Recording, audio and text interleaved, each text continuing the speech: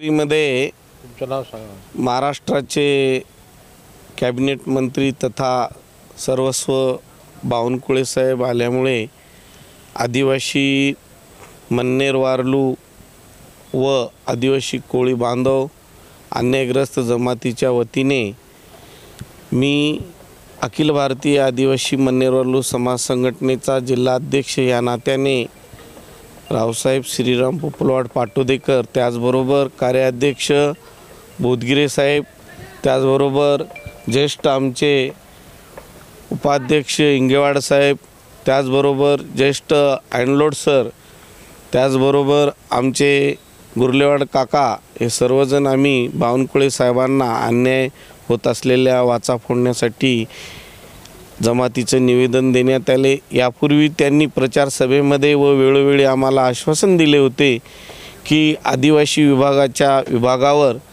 आदिवासी जमातीचा कोणताही अधिकारी आम्ही ठेवू देणार नाही, म्हणून राजेंद्र भारुड यांची त्वरित बदली करू असे आश्वासन यापूर्वी दिले होते। आठवण म्हणून त्यांना निवेदन देण्यासाठी, त्याचबरोबर अनुसूचित जमाती जात पडताळणी कार्यालय हे औरंगाबाद येथे 3 जिल्ह्याचे चालू आहे।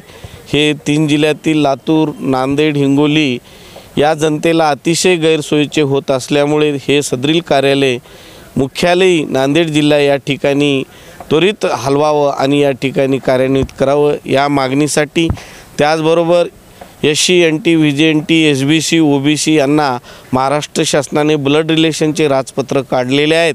ते राजपत्र अनुसूचित जमातीला लागू करण्याचे राजपत्र या आलेल्या शासनाने त्वरित आम्हाला काढून महाराष्ट्रातील 1,19,00,000 अनुसूचित जमातीच्या जनतेला लाभ मिळवून देण्यात यावे या प्रकारचे निवेदन आम्ही नांदेड आदिवासी मन्नेर वारलू कोर कमिटी या नात्याने आदरणीय साहेबांना निवेदन दिले आणि त्यांनी आम्हाला त्वरित प्रश्न निकाली काढण्याचे आश्वासन दिलेले आहे। बोधगिरे रिटायर मुद्रांक जिल्हाधिकारी नांदेडहूनच रिटायर झालेला आहे।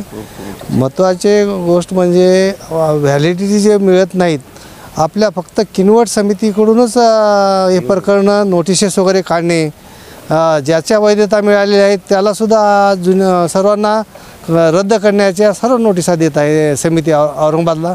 जे औरंगाबादच्या ऐवजी नांदेडला जर इथं समिती आली तर सर्व चांगली गोष्ट राहील। विशेष म्हणजे गोरगरिबांना आमचे जे समाज फार मागासलेला आहे, त्या मागासलेपणामध्ये जे माणसं जे मागासलेच राहून चाललेत आणि जे मोठे माणसं आहेत ते वैधता घेऊन म्हणा, कोर्टात म्हणा, कुठे हायकोर्टात म्हणा, आज सर्व गोष्टी त्यांना मिळत आहेत, पण गरिबासाठी कोणीही तयार नाहीत।